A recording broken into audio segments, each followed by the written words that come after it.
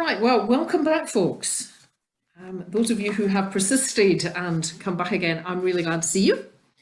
There may be more who will come and join us. We're really sorry for what happened last time.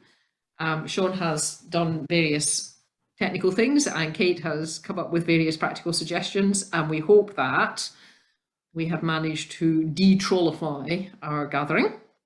And I'm really sorry for all of that. And I'm sorry for those of you who got thrown out by mistake.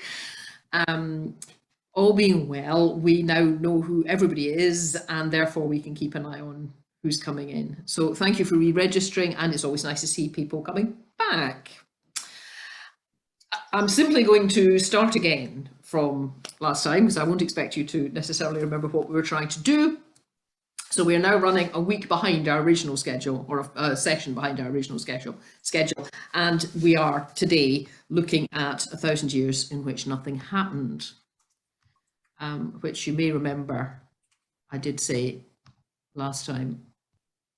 Whoops, was of course not really.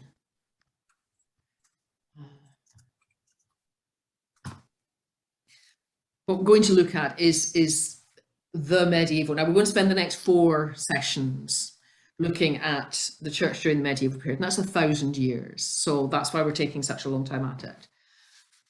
But rather than go through chronologically and try and look at a whole series of events and the way in which they follow through, what I'm choosing to do for this block of the course is to look at themes and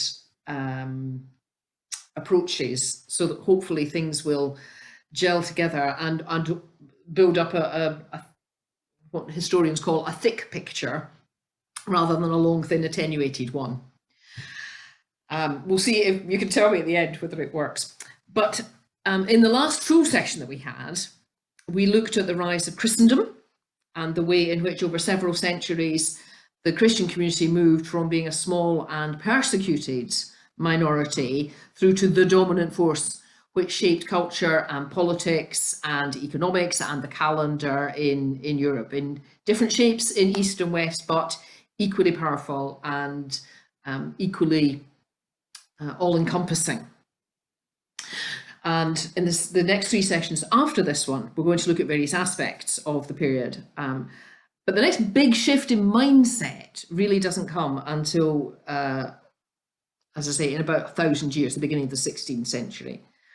So that's why I've called today's section 1,000 years in which nothing happens. There are changes, clearly, and in our next session we'll be looking at some of the developments in theology.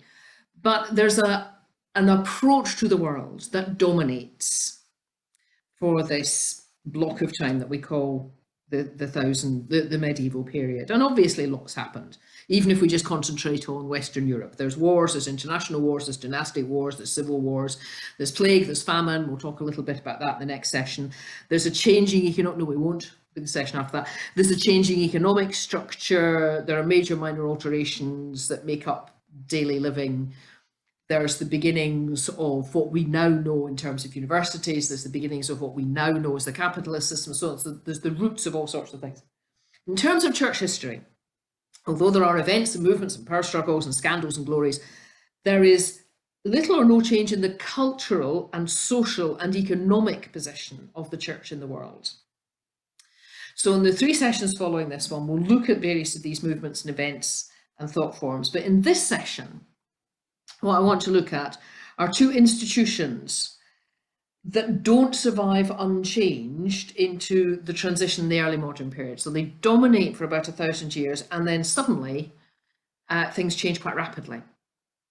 But they do absolutely dominate during this medieval period, and they shape so much, and they're just taken for granted in so many of the practices and the thought forms and the ways in which people construct their worldview, that it seemed worth spending some time talking about them and getting to grips with them, because, as I say, they disappear so rapidly, and they're not, for most of us, part of our normal thought forms, and certainly not with the power and the strength that they are in this period. So what we're going to be looking at is Purgatory and Monasticism. Here is a an image of purgatory. You can see the thing that marks purgatory is you leave it. So the souls are in torment, but they are also leaving. There's time to move on from purgatory. And monasticism, just stock picture really of monks praying. The reason for taking them together is that for most of this time, they are inextricably linked and they're interdependent. And really one would not have been without the other on both sides. With the normalization of the Christian faith and the social acceptance, if you like, of the church as institution, one of the things that disappears, much to everybody's, well, probably much to everybody's relief, is martyrdom. But with the disappearance of the persecution and the martyrdom, a gap emerges. Where do you go if you're serious about your faith? Because one of the things that showed people were really serious about their faith was that they stuck to it even when they were under pressure. And when everybody's a believer, when everybody's part of the church structure, when everybody is just swept up into this whole institution, what happens if you really are serious about your faith? Well, one of the answers that is given in different forms is the rise of the monastic movement. Now, a major impetus for the development of monasticism is Antony the Great. There's just some images of him out in the desert wrestling with the demons, out in the desert living on a very, very minimal diet in a very, very minimal shelter. You will understand these are not photos, these are people trying to represent a story. But one of the things that passes the story on is this book, The Life of St. Anthony the Great by Athanasius. Anthony was an Egyptian believer. He was part of the Christian community, part of the church. And one Sunday, in the normal service, he heard a sermon on Jesus' command to the rich young ruler, sell everything you have and give it to the poor. And sorry, I should give you dates. Anthony is 250 to 356. 250 to 356. So he heard the sermon on sell all you have and give it to the poor. And he was so struck by it, he heard this as Jesus' direct words to him. So he went home and sold off his land. He had a small farm. He was a young man. His parents had died, left him the farm. He sold that off, gave away all the money, took the sister, his younger sister, for whom he was responsible as the male head of the household, and put her in a community of consecrated virgins, and he retreated to the desert. Now, of course, if you're in Egypt, it doesn't take that far to get into the desert. Okay, so he retreated into the desert and actually ended up retreating further and further because people kept coming and listening and trying to talk to him, and he wanted to be in silence. He wanted to, what in fact he's reported as doing, to wrestle with the demons, to defeat evil in his own person, and be entirely devoted, entirely committed to honouring Christ. And he developed quite a reputation as a holy man. And as a result, quite a lot of people used to come and visit him. There's a kind of tourist industry almost rose up around him. And one of the people who comes to visit him is Athanasius. Now, Athanasius, you may remember we talked about him, or I talked, you had to listen, when we were discussing the Nicene Creed and the struggles around Arius and Arian theology. And Athanasius is a strongly counter to Arius, and he keeps getting into trouble, and at one stage he is expelled from by his own bishop. He's expelled from the city, and he effectively goes on pilgrimage to Egypt as something to fill in the time when he can't be functioning as a priest in his own place. And while he's there, he discovers Antony, and he goes and visits him, and he talks to him, and he is deeply impressed by him, and he writes the story of his life, which becomes incredibly popular and spreads very far. And people then begin to be impressed by Antony and to want to imitate him. Now, there are various, before we go on to look at the story in and how it follows up, there's various things to take from the way in which the story starts. The first thing, of course, is Anthony takes his sister and places her in a community of consecrated virgins. There are already dedicated Christian communities. This is not the first time this is happening. It's the one that gets the very high profile, but people are already withdrawing from normal society and living in some kind of Christian community. At least some women are. And so there is somewhere for Anthony's sister to go. Whether or not she had a call, we don't know the rest of that story. There's also the fact that, as I said, Egypt is geographically very appropriate for this. You can get into the desert quite easily in Egypt. And there was actually already a tradition of such people. Not necessarily Christian, there was a tradition of those who were understood to be ascetic and holy, living on the very edges of society or out into the desert. And Anthony is actually, and some of them were Christian, it's already happening amongst believers.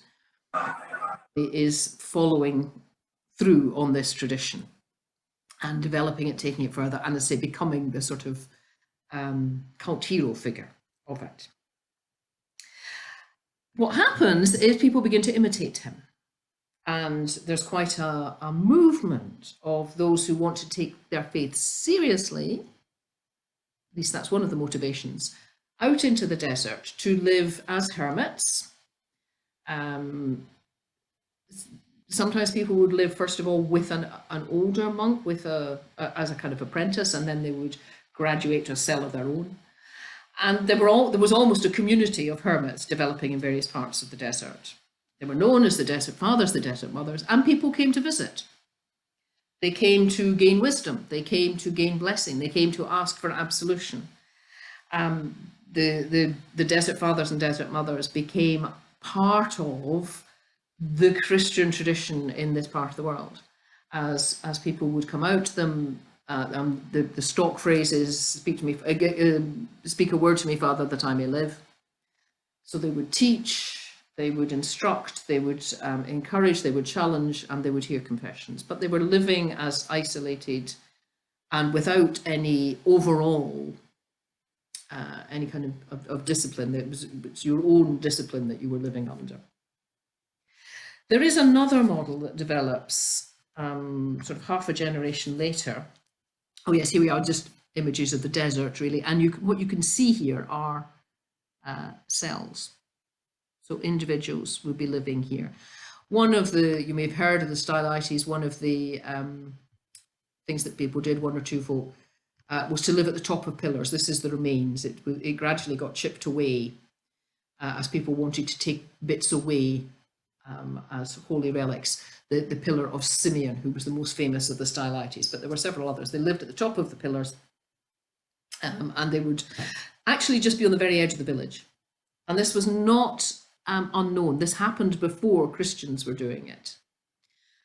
People who were seeking the beyond, this was one of the things they would do. So the Christians took over an existing model and developed it. But the other model that does develop is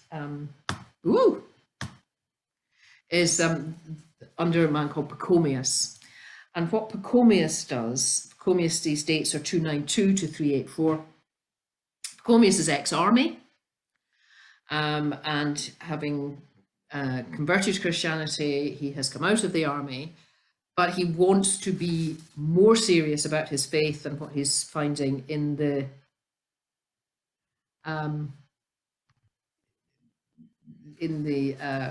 world around him.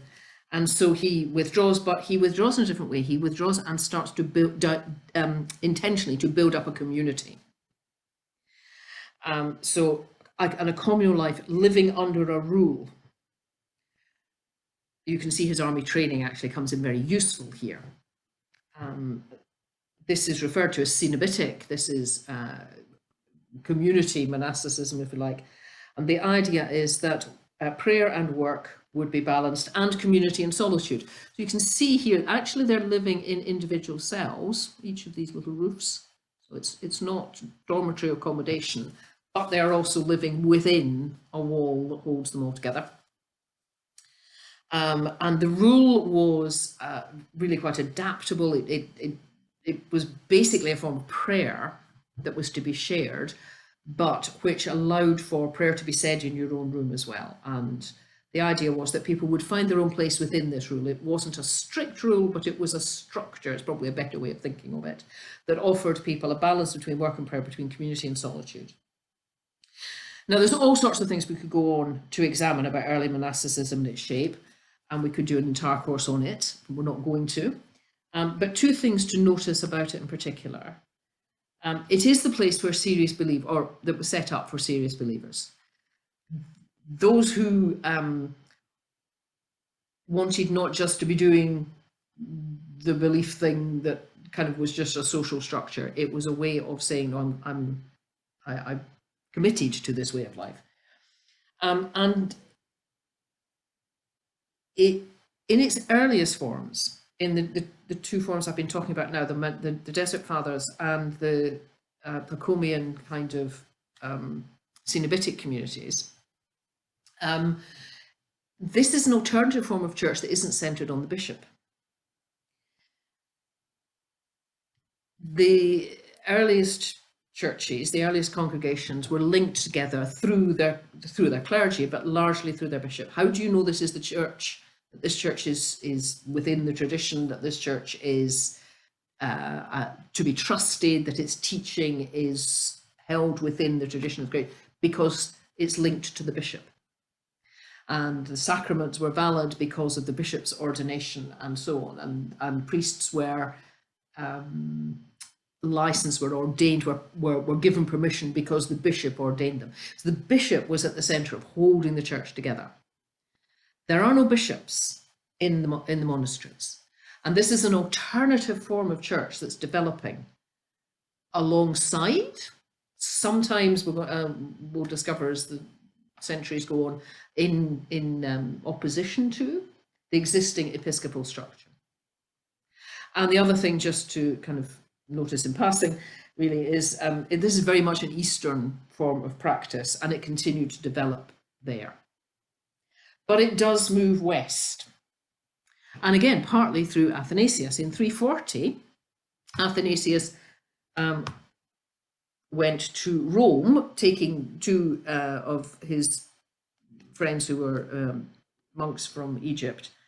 And the ideas then begin to spread in the western part of the church as well. And this is largely to do with translation. The ideas begin to be translated into Latin. And of course, when you come up into Western Europe, you haven't got the kind of desert area, nor have you got the temperature, frankly, to be living outside. And so Cenobitic monasticism within a building begins to become the form that is developed. In 361, the first Western community is founded, Martin of Tours, and this is the monastery. On the edge, you can see we're still talking about being out on the very edge of the cliff there. The idea is still away from society. The monks here wore robes woven of camel hair imported from Egypt. So they were trying to keep a link. And it also says something about the wealth of those who were coming in to this monastery. They were able to spend that amount of money on getting their robes. But they lived in a group, but in isolation. So they are living isolated from the wider society. They're living within an enclosure, behind a wall. The whole society is within that. Now, this is St. Martin. I mean, it's happenstance, but this is St. Martin, after whom St. Martin's is named. This is the St. Martin who is converted and gives his cloak to a beggar. This is the St. Martin who has such an influence in our Western theology.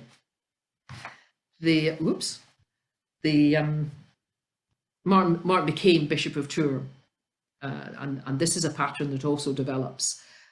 Having said that, in the East you've got this, there's a contrast between the Episcopal Church and the monastic movement.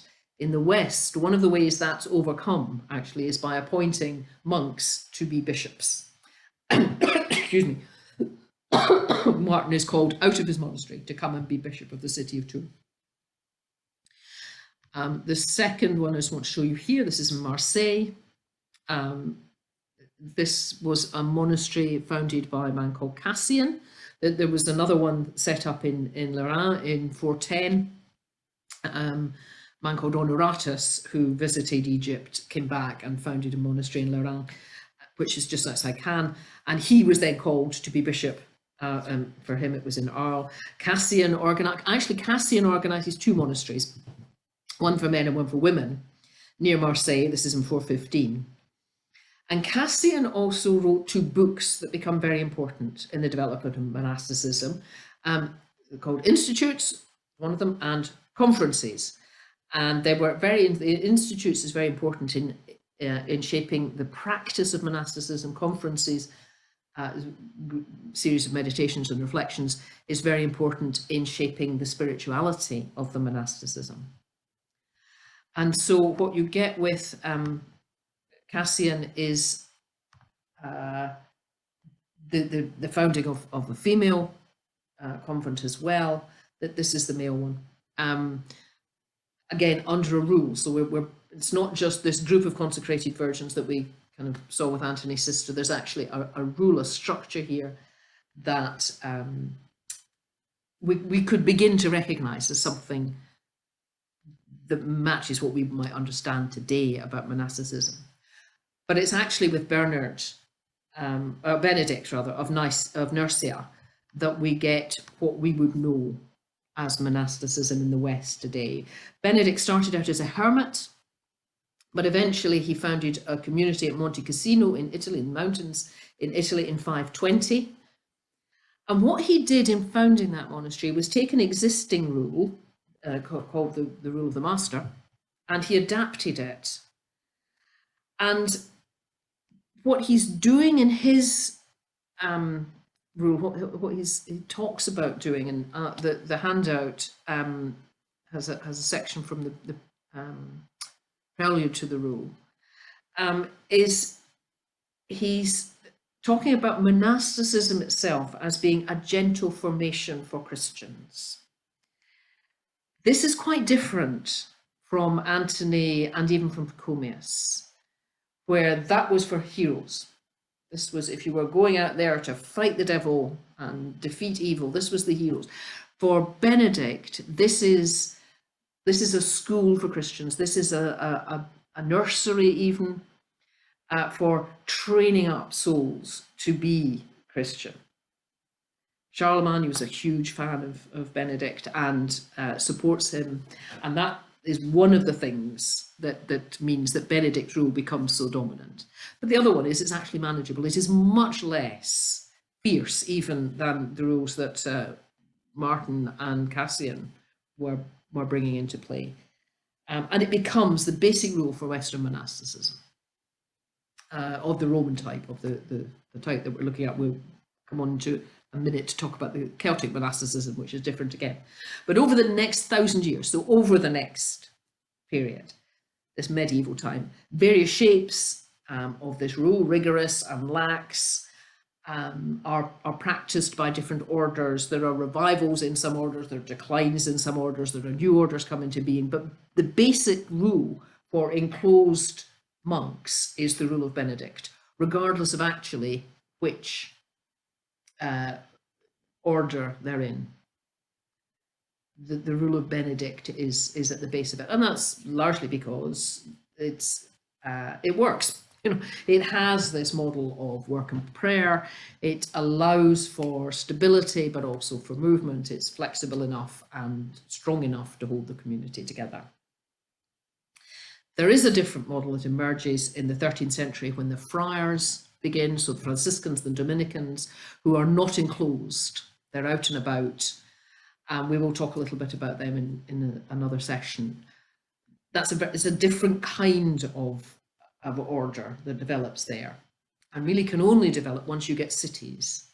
Whereas the monasteries that we're talking about at the moment, it can exist on the edge of society and they often are built literally into the walls of society, of the city, or they're built out into the countryside. There is another form of monasticism in the West, and that's the, I just say about, I need to say something about the nunneries. Say, nunneries do begin, I'll just take this back to here. Nunneries do begin, so we saw Cassian building a nunnery. They do begin quite early. Monasteries will have, although they are often enclosed, the monks can come and go because they will be involved in various things. And as we go through the period, the monks get more and more, so in some monasteries at least, get more involved in society. That does not happen with the nuns. The nun enclosure for nuns becomes very important, partly for their own protection, but also because of issues around there's almost a transfer of the role of the Vestal Virgins in Rome as protectors of the city because they themselves are protected. That almost gets transferred onto nuns. And we can see that there's a community that has a city or town that has a monastery or a nunnery within it, or a family estate that has a nunnery or a monastery, is assured of blessing because the monks, and then particularly the nuns, will pray for them. And it is this continuity really from imperial religion. And this is one of the things that leads to the increase, to the growth of the monastic movement. The other one is that if you become a monk or a nun, you're assured of your salvation. And the term conversion, which has been used earlier, of moving from another religion or from no religion into Christianity, is now used of becoming a monk or a nun. That is conversion.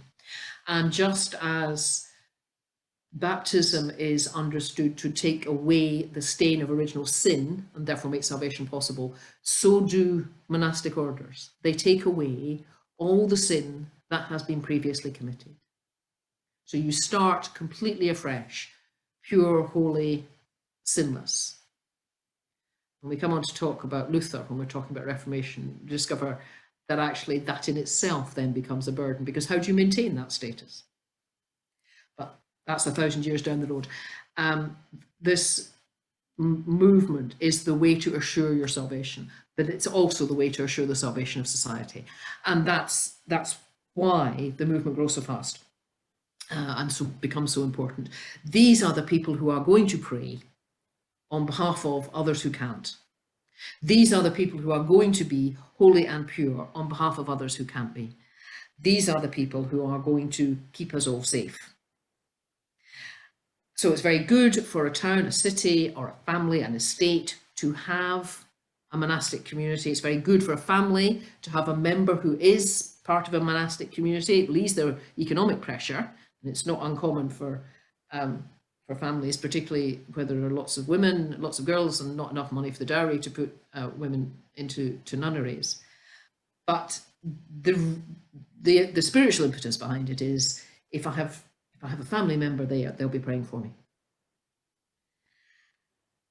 The monasteries and the nunneries become centres of education, they become centres of healing, they become centres of social welfare, but above all, they exist as the place where divine support can be found. And it's quite explicit because particularly with the early nunneries, many of the early nuns and those who are leading the nunneries come from royal or ruling families, and so they are praying for their family. And if they are praying for their family, they understand themselves as praying for the community, because their family is responsible for the society. You know, if your brother or your uncle or your father, whoever it is king, is the local land owner, if you are praying for his well-being, you are also praying for the well-being of all those who are dependent on him. And can you see then why having a community of those who are praying for the well-being of society becomes a treasured possession? And so towns want a nunnery or a monastery, particularly nunneries actually, because they are understood to be particular centres of prayer, to protect them, to be part of. It's as important as the city walls, and that's often why the nunneries are built into the city walls. They are part of the defence of the city, part of the protection of the city.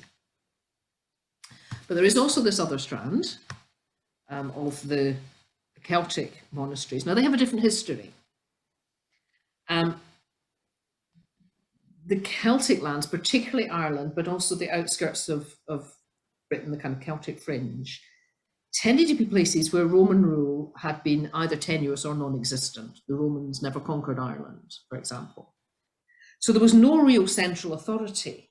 There was a balancing of different power factions. You didn't have the empire kind of imposing power. There was a balancing of different factions. There were warlords or petty kings or so on, kind of making things work and keeping alliances and protecting boundaries.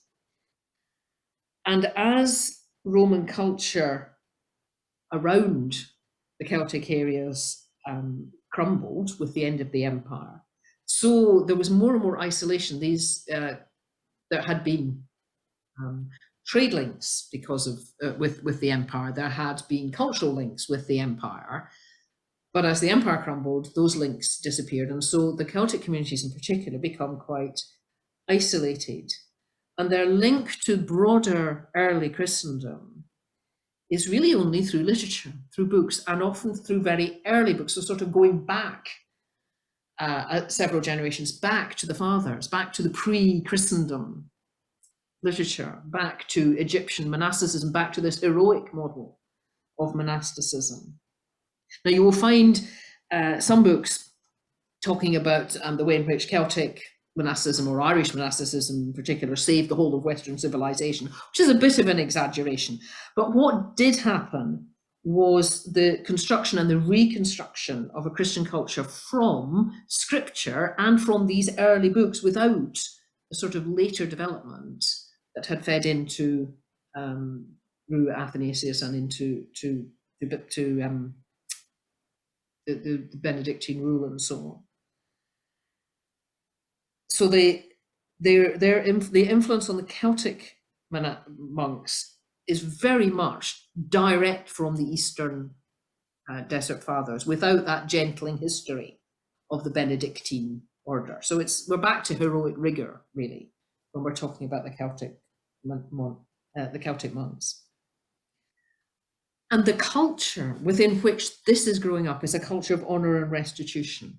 I was talking about the sort of balancing of power and the negotiation of boundaries and so on. And one of the ways it's done in this culture is of the preservation of honor and the payment of restitution when honor is damaged. So every injury can be resolved by payment.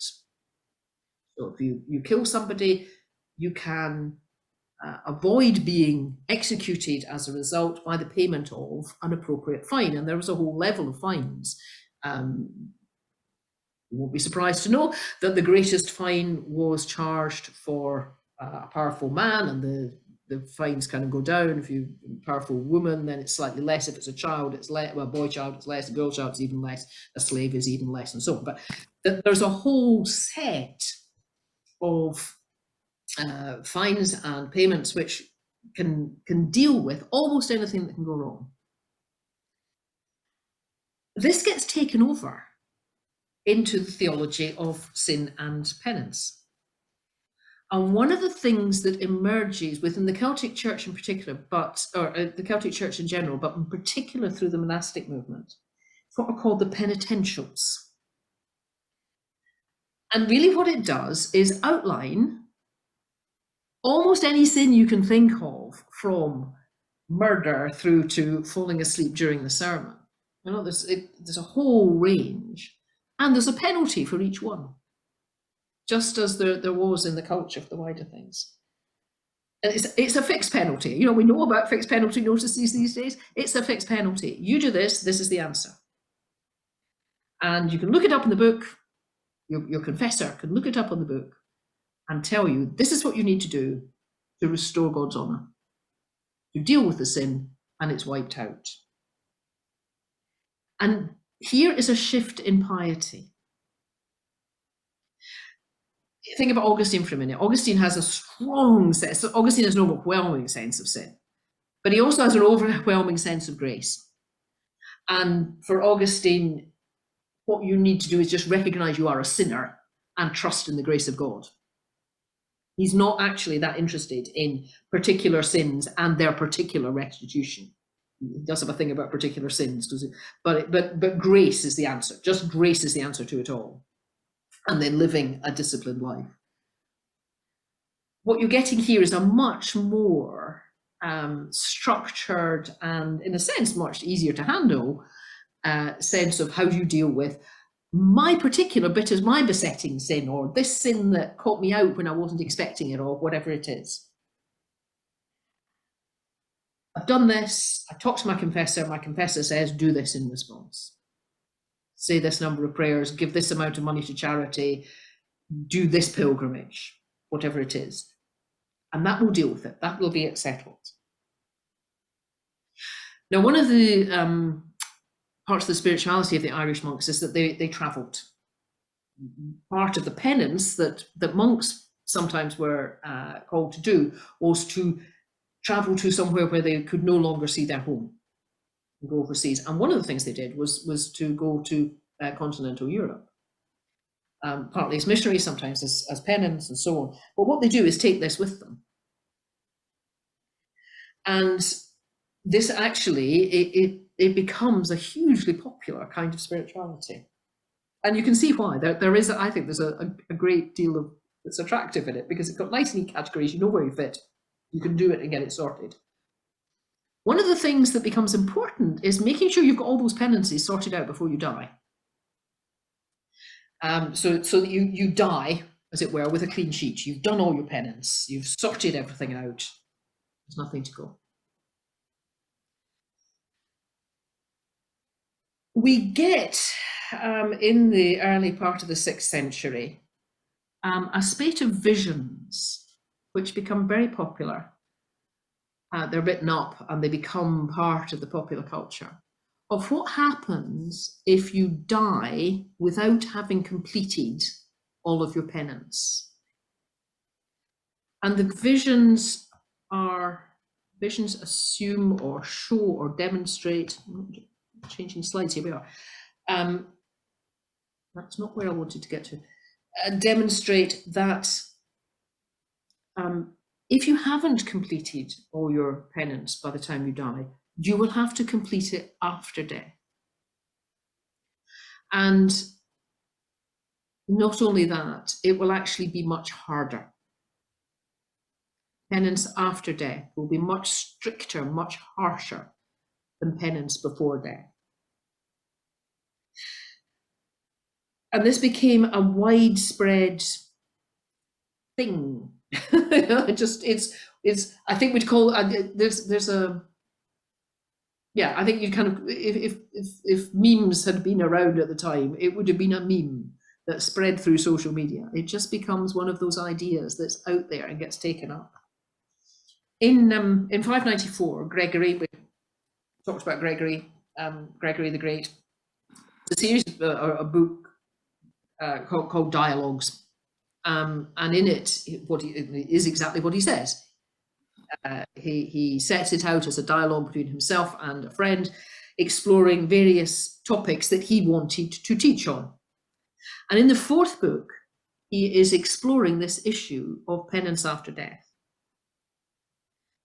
And it emerges that there is a sense, and he begins to put it into words, of a 3rd state. So there's heaven, which is the beatific vision. It's the blissful vision of being in the presence of God. There's hell, which is eternal punishment. And there is this 3rd state of penance after death, or purging after death, or purgatory.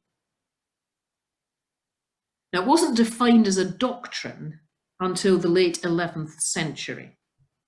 In the Council of Lyon in 1274 actually begins to talk about it. I'll put on the handout the phrases that are used. But so you've got 600 years, okay, from 594 to 1274, where this is around. It's being taken seriously. You get Gregory writing about it. This isn't trivial. People are talking about it. People are taking it for granted. People are working with it as their as their theology, not actually being defined until the Council of Lyon. But what the Council says is some souls are purified after death, and such souls benefit from the prayers and the pious duties that the living do for them. Now, this is an extension of what's been going on in the monastic movement, that the community as a whole will benefit from the monks and the nuns praying for them. Now, the prayers of those who are alive are benefiting this broader community. In a sense, it's about taking the communion of saints very, very seriously. Those who are dead are still part of our community, so we still have a responsibility to pray for them. And in one of the nunneries, that was literally what the nuns were doing. They were going into the graveyards and they were praying for the individuals who were buried there. And this becomes, and that begins to develop and becomes, if not the common practice of actually going into the graveyards, the idea of praying for the dead as you would pray for the living. But with this added, they're in purgatory. You're praying for their penance. You're praying to release them from their penance. You're praying to release them from the horrors and the terrors that's holding them. Now, anybody can pray that, and the intention is that everybody will pray that. But the monks and the nuns have a particular place to pray for that. This is where monasticism and purgatory are interlinked. Because, of course, what happens is that people then begin to make sure there are going to be monks and nuns to pray for them.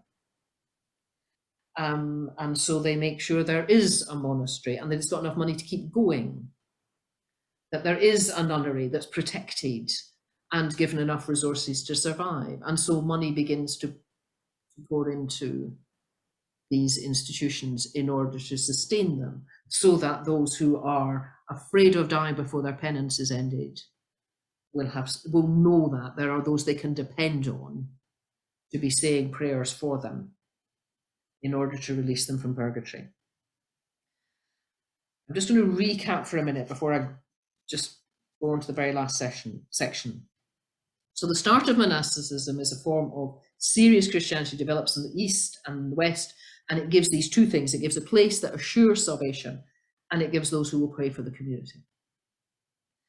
And penitential theology, with its roots in Celtic monasticism, is connected with a desire for assurance, and it provides a tariff of penances.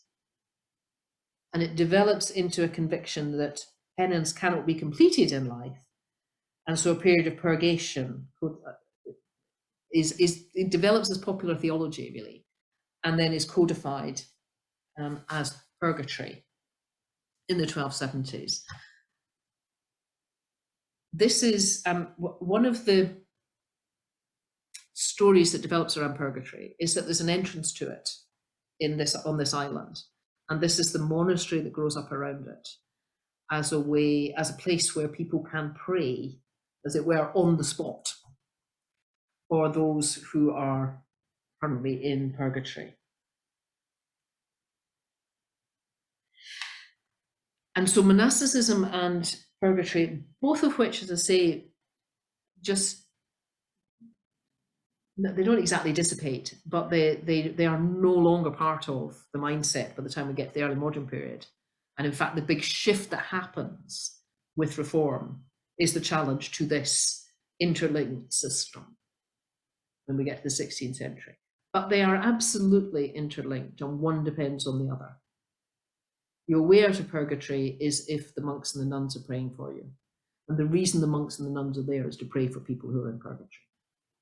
I say it's not only the monks and nuns who are praying for them, but who better than those who have the particular responsibility to pray for the community? And how better to ensure that they will pray for you than to endow them or protect them and otherwise support such communities.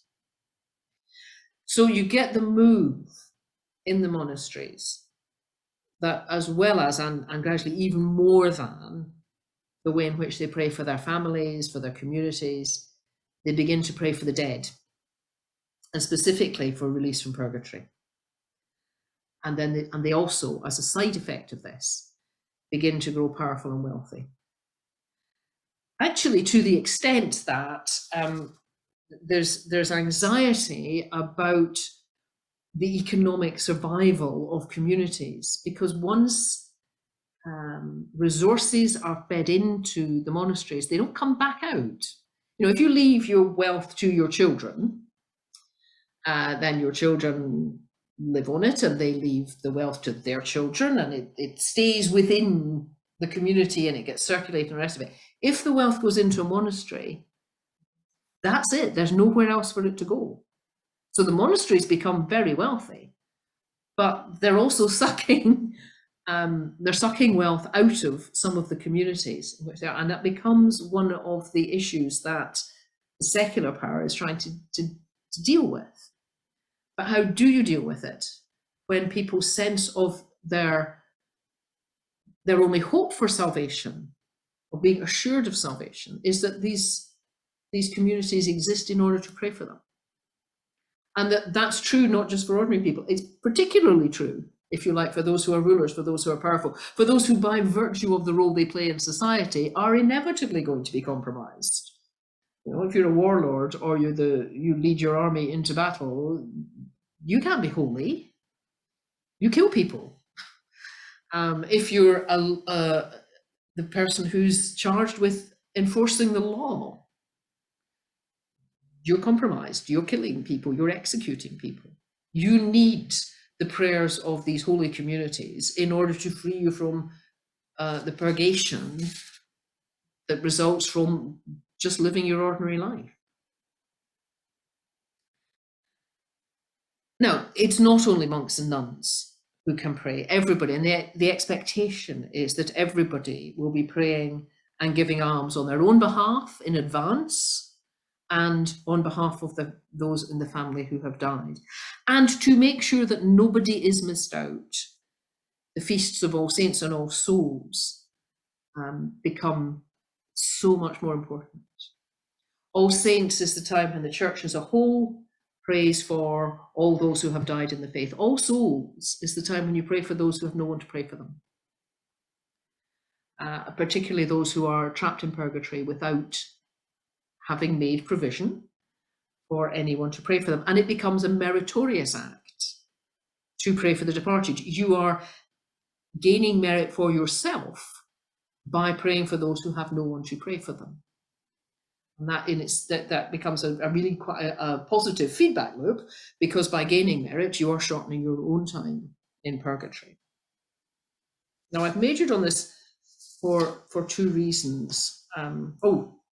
Just another picture really is a chantry chapel. It's a very beautiful piece of architecture, and just, in the words of a guide who showed me around a similar place, it just screams wealth.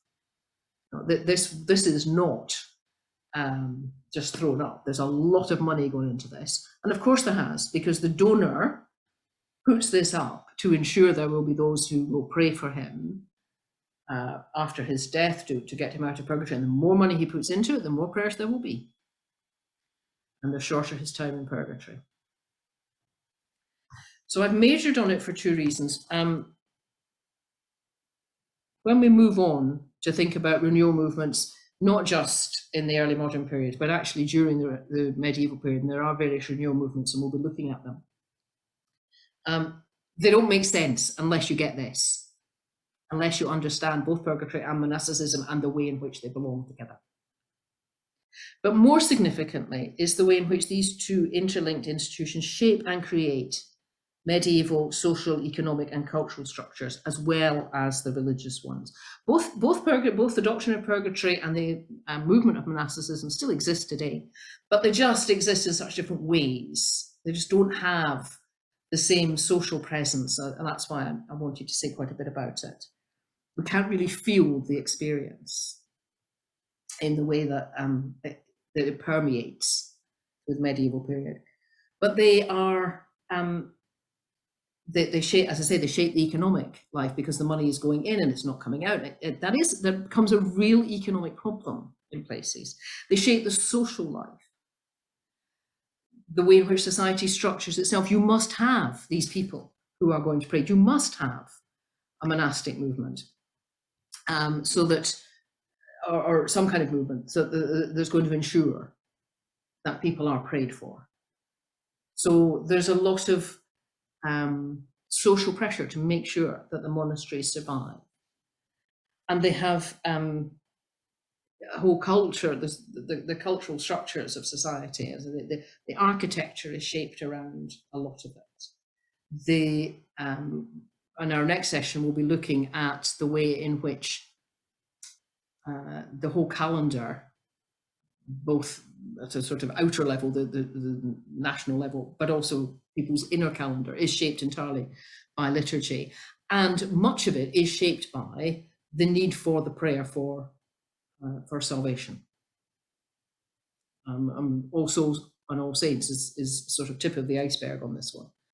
It just shapes the way people's thought forms are created and their cultural responses are created. So it becomes, it is just the undergirding of the whole of the social structure and the whole of society at this period. Now, both Purgatory and Monasticism arise from felt needs rather than formal theological teaching. This is not a group of theologians getting together and thinking, actually, you know what we need? We need a place for serious Christians to go, let's organize monasticism. Nor is it theologians getting together, reading scripture, reading the doc fathers and so on, and working out a doctrine of purgatory, which is then promulgated and taught. It comes the other way. It's popular theology, which is then worked over by the thinkers and the teachers and the theologians to explain and to explore, to develop and to systematize. So I'm going to invite us into, I've done quite well to have actually left us some time for conversation. I'm going to invite us into groups just to talk about what are your reflections on this as a way of developing a theological framework. And do you think there are areas in our contemporary life that might produce similar, not doctrines of purgatory or monasticism, but the sort of popular movements that at some point theologians are going to have to try and find a way of systematizing so they can be taught? No right or wrong answers here, but I just thought it was a way of kind of making connections with what I say is a very strange to us understanding. But just before I do that, I just want to stop and say, there we go. Somebody has asked a question. I was going to say, are there any questions? Do monks, nuns, praying community pray for everyone who's died, assuming everyone's gone purgatory? Yes, is the answer to that. On the whole, the assumption is, unless you're a saint, you will have gone to purgatory. That gets us into the whole doctrine of the Treasury of Merits. If you have to have a certain amount of the idea is that we need to be at a certain level of purity to be able to bear heaven. That's the way in which it was understood. And therefore we are purified in order to get to heaven. So it's drawing on for example, Paul's teaching about the gold and silver, but the straw that's burnt up, the kind of,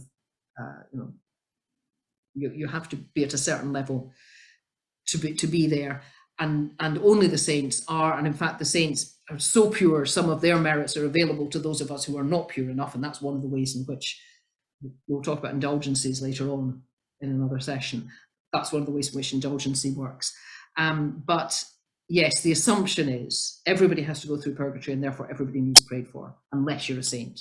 Emma, you have put your hand up. Would you like to unmute and ask the question?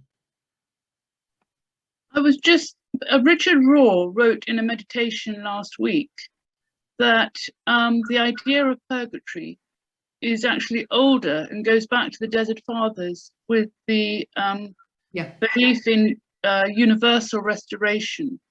And in fact, it was a holding place because God would not let you go, rather than a place of punishment, which then developed into later.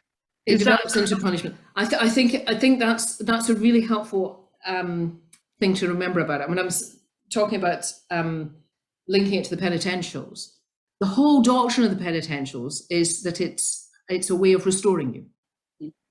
And it's making it possible for anybody to be restored into the right relationship with God. And that's where purgatory, the doctrine of purgatory, starts with that kind of theology. It goes back beyond the Desert Fathers. It goes back into this. You can find reference to it in the very early teachings, but it's not codified until you get to the 12th century. And it doesn't become as dominant until you get into the sort of 6th, 7th century when Gregory starts writing about it. It kind of grows in strength, and that's really, in a sense, what I'm trying to get at in this question. It's a felt need. It's that people need somewhere to know that they are going to be, rather than going to hell, there's a way through for people who know they're not good enough for heaven. They're not yet able, and it's not about not being good enough and therefore being smacked. It's about not being good enough, not being capable of bearing the vision of heaven because we are grimy or grubby or whatever. That's where it comes from, and the glory of the penitentials is they say that can be sorted out, and then the growth from it is, yes, we haven't got time to sort it out in this life. and that's how purgatory sort of emerges. It emerges as a doctrine of hope. Yes. Yeah. So yes, that's the and it then turns into something different. Andrea has asked the question about whether scripture is used to back it up. I think the main place it's drawing from, well, some of the Old Testament language about Sheol is adapted because it's neither heaven nor hell. It's the place where the dead do not praise you, but there's still something going on. So that's a sort of Old Testament background to it. And I think Paul's teaching about gold and silver that survives and the straw and what have you that's burnt up. And also the teaching in Hebrews that sin committed after baptism cannot be forgiven. It gets tied in with that. But those are I think those would be where it would start, and then other things might be taken into it. Jeff, you have raised your hand. You've gone blank. Yeah. Yep. I see you. I sort of understand the sociology that's gone into this development, but somewhere there's a model of God that has changed. Mm-hmm. What changed?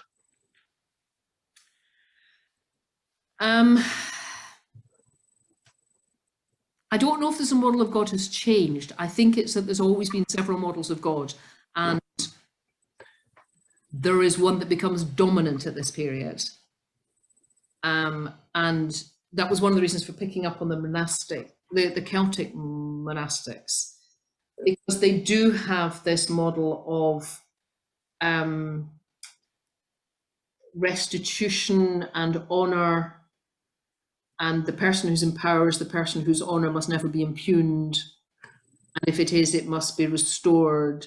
And that becomes, when we talk in our next session, we'll be talking about some of the medieval theologians. We'll talk a little bit about Proteus Homo and Anselm and so on, and sin as that which dishonours God and can only be put right by restitution as a model for atonement. Now, I think that is always there, just as the Christus Victor model is always there, just as penal substitution is always there. They're all there in Scripture, but different models take on different weight in different cultural contexts. I'm convinced, I haven't done it yet, but I'm convinced you could write a history of society looking at models of the atonement, because the model of the atonement will show you how power is understood in that society. The model of atonement that is dominant will show you how power is understood in that society. And I think at this point, one of the major ways in which power is understood is the honor shame culture, and that you mustn't damage someone's honor, and if you do, then you have to make restitution for it, and that gets transferred onto a theology of God, and therefore God can't allow in those who are damaged his honour. It has to be sorted out. There has to be restitution, and that's what purgatory is about, and what the punishment side of purgatory is about. Does that make sense? Does that answer your question? Yeah, I think so. Yeah. I think so. And Deborah's just pointed out the relationship with God changed.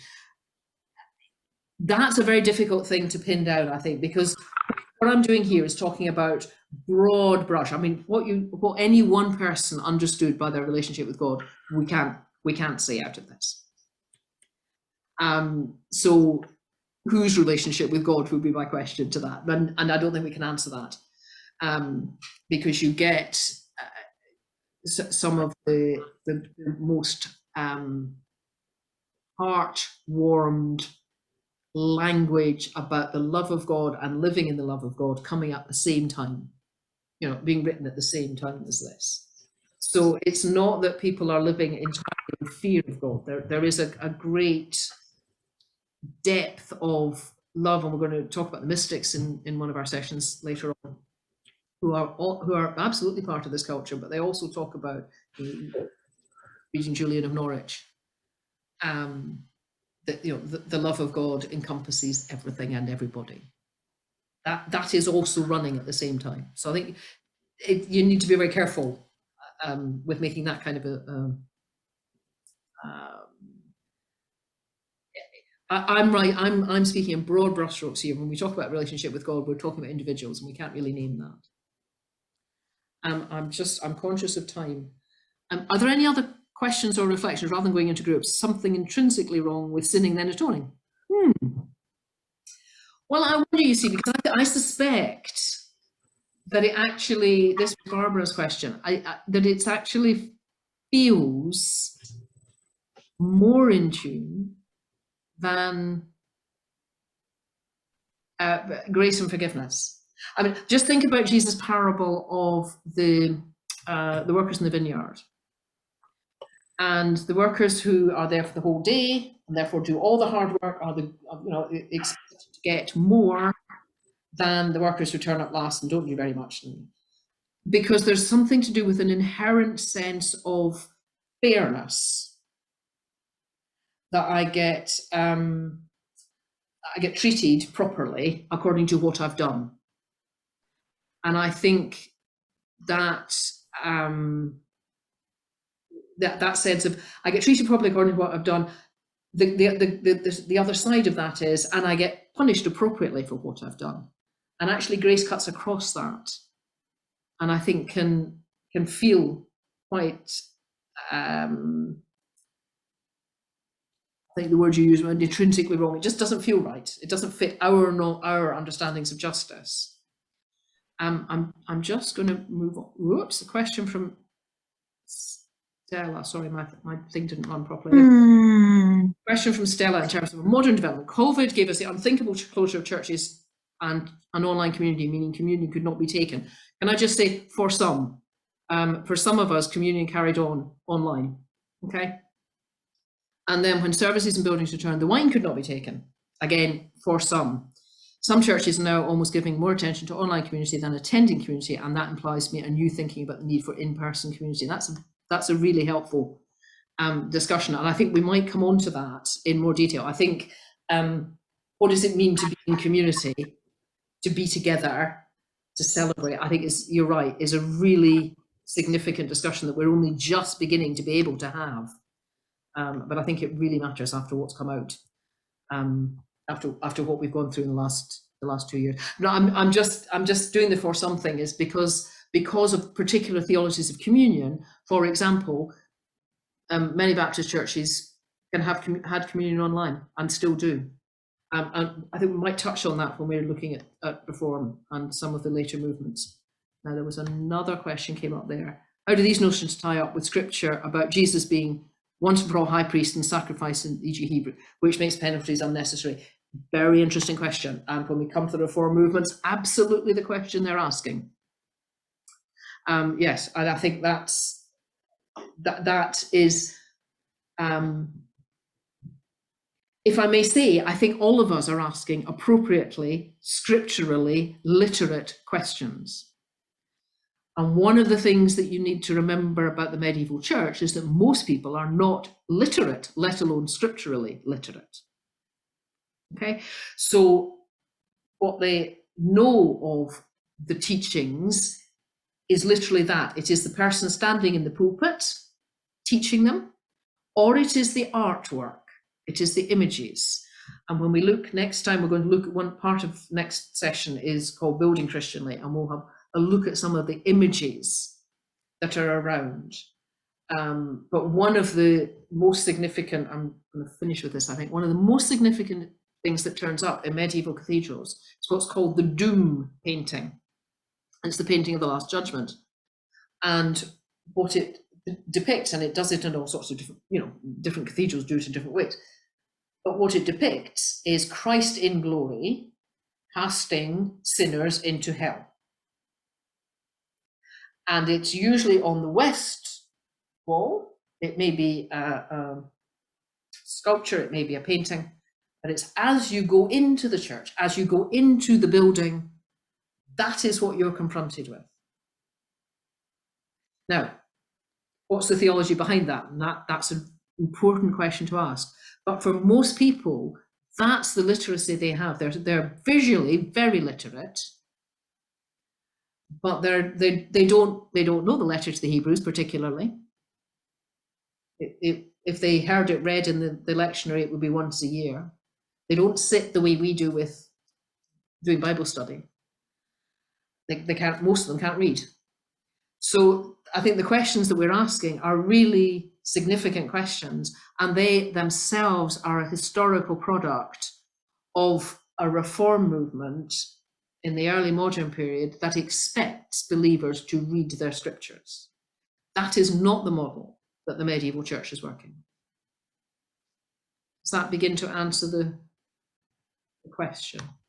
I think it's a really helpful question, and it sort of clarifies. Seems the wrong way around. Yeah, that would be lovely, wouldn't it? Barbara is suggesting that in with heaven as you enter the church and doom as a warning when you leave. Actually, many of the doors have both. You have Christ in glory, and there are the saints going up to heaven, and there are the sinners being cast down to hell. So there are both. But the doom paintings are really very powerful. If you want to understand some of this and you enjoy reading novels, if you haven't read it, read The Name of the Rose by Umberto Eco.